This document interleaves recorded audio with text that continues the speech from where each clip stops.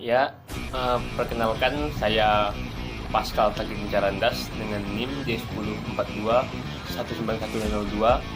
Pada video kali ini saya akan menjelaskan tentang tugas kami, yaitu ERD, Entity Relationship Diagram. Pada tugas ini terdiri dari 6 soal dan saya akan menjelaskan setiap poin-poinnya. Jika ingin mengetahui tentang presentasi saya, bisa dilihat pada video ini. Terima kasih. Selamat menikmati. Baiklah, saya akan menjelaskan tentang soal yang pertama.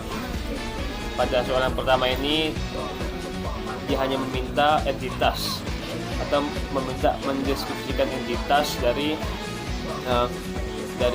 mahasiswa yang meminjam buku pada perpustakaan. Baiklah, pada soal di sebelah ini dapat kita lihat di sini ada mahasiswa dalam kubus yang terhubung dengan kata meminjam dalam belah ketupat dan terhubung lagi dengan buku dalam kubus juga. Di sini mahasiswa itu merupakan entity. Mahasiswa dan buku itu merupakan entity dan lambangnya itu adalah kubus, dan sedangkan meminjam itu adalah relasi atau hubungan yang menghubungkan antara mahasiswa dan buku tersebut, dan itu lambangnya itu belah ketupat. Lalu di sini itu belum ada atribut dan belum ada kardinalitas, tapi sini derajatnya itu merupakan derajat 2 atau derajat binary. Baiklah, saya akan lanjutkan penjelasan tentang soal nomor 2. Soal RD nomor 2 ini merupakan pengembangan dari RD yang pertama. Dapat kita lihat pada gambar di samping, di situ ada NIM, nama, nomor buku dan lain sebagainya. Itu yang dalam lingkaran itu kita sebut sebagai atribut. Lalu khusus pada NIM dan nomor buku itu merupakan atribut key atau atribut kunci, karena atribut kunci itu merupakan atribut yang datanya itu sangat unik. Lalu kita lihat pada atribut pengarang, itu kita sebut sebagai atribut multi value, karena pengarangnya itu bisa lebih dari satu, jadi kita sebut sebagai multi atau bisa banyak. Dan sisanya atribut biasa, namun bisa berubah sesuai soal.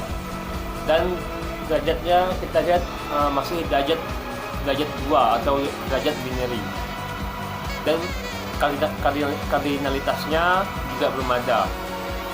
Baiklah, saya akan menjelaskan kelanjutan dari RD yang kedua, yaitu RD yang ketiga.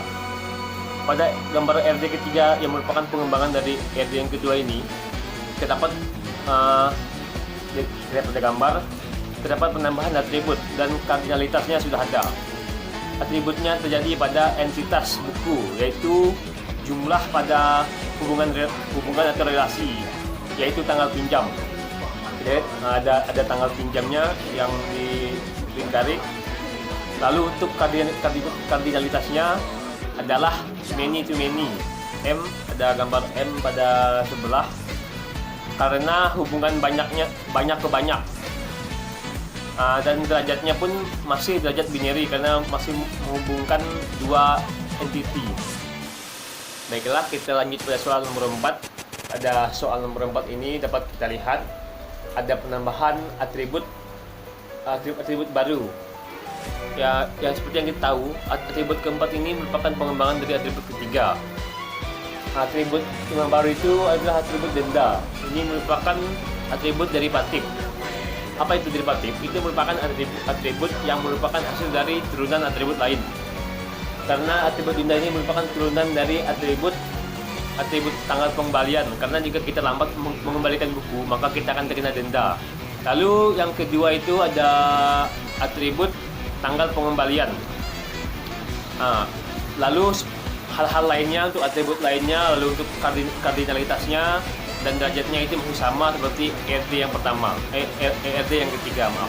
Kita lanjut pada soal kelima yang merupakan pengembangan dari RD keempat. Pada gambar RD kelima yang merupakan pengembangan dari RD keempat, dapat kita lihat ada penambahan relasi seperti relasi, entitas, dan atribut. Penambahan relasi terjadi karena adanya penambahan jurusan pada soal yang merupakan yang menyebabkan adanya relasi baru dan juga entitas barunya, yaitu perpustakaan yang terhubung dengan relasi milik. Ada pada gambar relasi yang bertulisan milik. Dan terakhir pada entitas perpustakaan ada atribut baru, yaitu jurusan yang membuat atribut bertambah.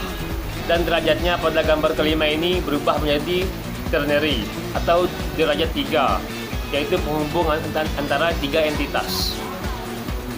Dan pada soal yang ke-6, soal ke-6 ini merupakan pengembangan dari ERD yang kelima. Pada soal ke-6 ini dapat kita lihat pada gambar adanya penambahan relasi baru dan perubahan kardinalitas, karena pada soal adanya istilah pendaftaran. Jadi secara otomatis itu dia tuh menambahkan satu relasi antara entitas mahasiswa dan entitas perpustakaan, yaitu relasi terdaftar, dan juga kardinalitas bertambah. Pada relasi milik, yaitu one to many yang merupakan hubungan dari satu ke banyak. Lalu pada relasi terdaftar juga sama, yaitu kardinalitas one to many, dan derajatnya masih ternary. Kita lihat ada lambang one to many dia pada gambar di samping. Baiklah, lalu yang terakhir saya mengubahnya ke dalam skema face data. Pada skema face data ini, pada mahasiswa, pada entiti mahasiswa itu ada ID mahasiswa, NIM, nama, dan alamat ini merupakan anggota dari entiti mahasiswa. Lalu ada relasi meminjamnya itu yang berisi anggota, tanggal pinjam, tanggal kembali, denda, dan ID-nya itu terhubung dengan mahasiswa. Lalu pada bukunya itu yang merupakan ID-nya yang berisi buku, anggotanya itu ada nomor buku, judul, penerbit, pengarang, tahun terbit, dan jumlah. Lalu kepemilikannya ini tidak memiliki anggota. Lalu pada perpustakaannya ini memiliki anggota, yaitu jurusan. Lalu terhubung lagi pada terdaftar, dan dia memiliki anggota, yaitu ID dari perpustakaan tadi. Dan mereka ini saling terhubung, ada yang many to many, ada one to many. Di sini ada dua macam kardinalitas, yaitu many to many dan one to many. Baiklah, mungkin hanya ini saja penjelasan dari saya tentang tugas RD saya. Maaf jika ada kesalahan kata atau mungkin ada yang kurang jelas atau mungkin terlalu cepat saya berbicara. Jika ada, silahkan di komen, dan agar saya dapat mengoreksi diri, dan agar di video selanjutnya saya menjadi lebih baik lagi. Terima kasih.